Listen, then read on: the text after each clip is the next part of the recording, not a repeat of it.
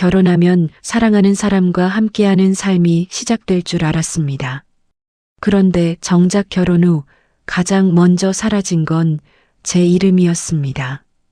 며느리 준혁이 처 3년 동안 이수연으로 불린 적이 없었습니다. 나쁜 시어머니도 나쁜 남편도 아니었습니다. 그런데 왜 이렇게 혼자인 걸까요?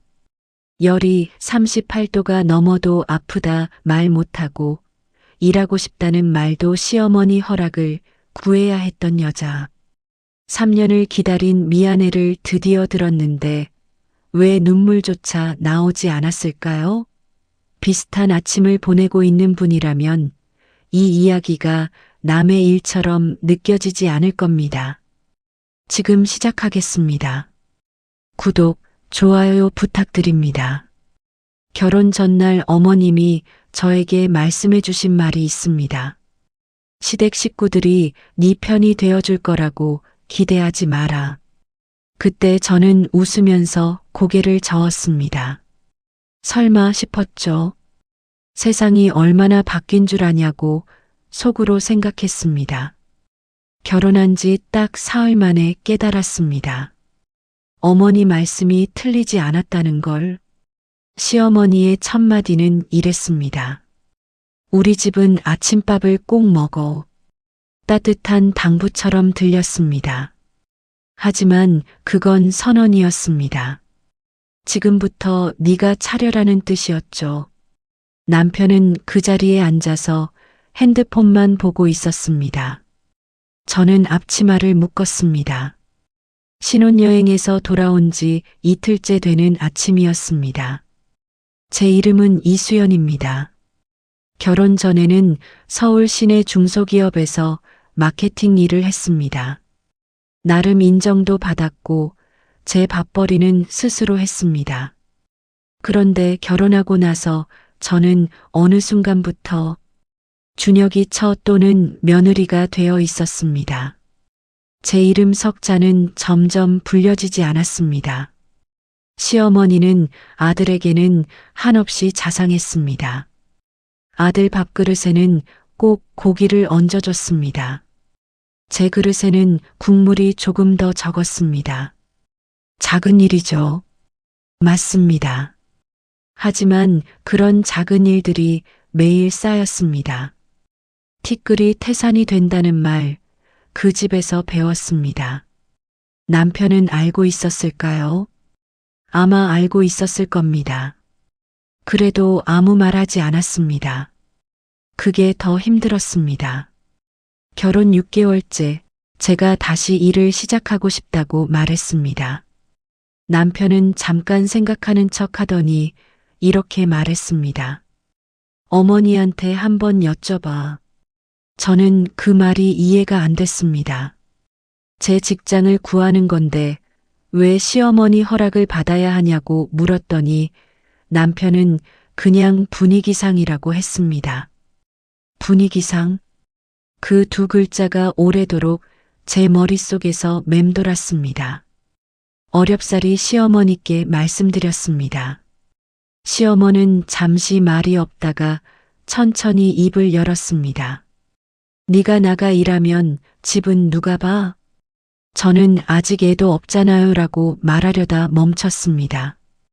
그 순간 남편이 끼어들었습니다. 어머니, 수연이가 답답해 하더라고요. 잠깐만요. 라고 말하며 저를 방으로 데리고 갔습니다. 그리고 문을 닫고 작은 목소리로 말했습니다. 왜 어머니 기분 나쁘게 해? 라고 남편이 말했습니다. 저는 그 자리에서 아무 말도 하지 못했습니다. 제가 기분을 나쁘게 한 게 아니었습니다. 저는 그냥 일하고 싶다고 했을 뿐이었습니다.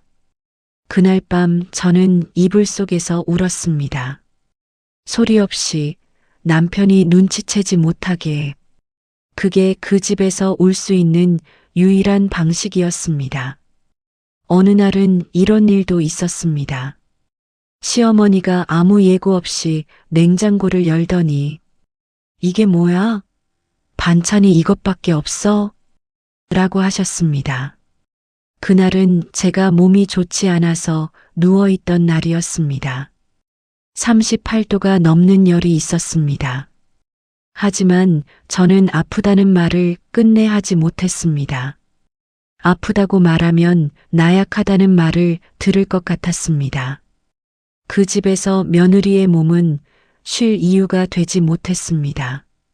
남편은 나쁜 사람이 아닙니다. 지금도 그렇게 생각합니다. 그는 직장에서 성실했고 거짓말을 잘 못했고 밖에서는 다정했습니다. 친구들 사이에서는 의리 있는 사람으로 통했습니다. 문제는 집에서였습니다. 집에 들어오는 순간 그는 아들이 되었습니다. 제 남편이 아니라 함 씨의 아들. 어머니가 뭔가 불만스러운 표정을 지으면 준혁 씨는 저를 봤습니다. 설명하지 않아도 알 수 있었습니다. 네가 좀 맞춰라는 눈빛이었습니다. 한 번은 크게 다퉜습니다. 시어머니가 제 친정 어머니에 대해 한마디 하셨습니다. 수연이 어머니는 딸 교육을 어떻게 시킨 거야? 무슨 맥락이었는지는 생략하겠습니다. 다만 저는 그 말에 처음으로 목소리를 높였습니다. 어머니, 저희 엄마 얘기는 하지 마세요. 라고 제가 말했습니다. 그 자리가 얼어붙었습니다. 시어머니는 방으로 들어가셨고 남편은 저를 데리고 나가더니 이렇게 말했습니다. 어머니한테 그렇게 말하면 어떡해? 라고 남편이 말했습니다. 내 엄마 욕을 들어도 참아야 해? 라고 제가 물었습니다. 남편은 대답하지 못했습니다. 대답하지 못한다는 게 대답이었습니다. 그날 이후로 저는 무언가가 정리된 느낌이 들었습니다. 이 사람은 선택의 순간에 나를 선택하지 않겠구나. 아직 결혼한 지 1년도 되지 않은 때였습니다. 결혼 2년 차, 결국 저는 파트타임으로 일을 시작했습니다. 남편도 시어머니도 공식적으로 반대하지는 않았습니다. 하지만 분위기는 달랐습니다. 제가 저녁에 늦게 들어오는 날이면 시어머니는 꼭 한마디씩 하셨습니다. 요즘 여자들은 집을 호텔로 아나 봐. 직접 저한테 하는 말은 아니었습니다. 그냥 허공에 하는 말처럼. 하지만 그 말이 누구한테 하는 말인지 모를 사람은 없었습니다. 그래도 일터는 숨 쉬는 곳이었습니다. 그곳에서만큼은 제 이름이 불렸습니다. 이수연 씨, 이 부분 좀 봐줄래요? 수연 씨 아이디어가 괜찮은데요? 별것 아닌 말들이 그렇게 반가울 수가 없었습니다. 퇴근하고 나서 카페에 혼자 앉아 있던 적이 있었습니다. 집에 들어가기 싫었습니다. 따뜻한 아메리카노 한 잔을 시켜놓고 1시간 넘게 멍하니 창밖을 바라봤습니다. 지나가는 사람들이 다들 어딘가로 자유롭게 가고 있었습니다. 저는 집에 가야 했습니다. 그 무렵 오래된 친구 혜진이에게 전화가 왔습니다. 수연아, 목소리가 왜 그래? 라고 혜진이가 물었습니다. 괜찮아. 라고 제가 말했습니다. 괜찮지 않았습니다. 하지만 괜찮다고 말하는 게 더 편했습니다. 설명하기가 너무 복잡했습니다. 이 모든 걸 어디서부터 어떻게 말해야 할지 몰랐습니다. 결혼 3년 차 가을이었습니다. 시어머니가 갑자기 건강이 안 좋아지셨습니다.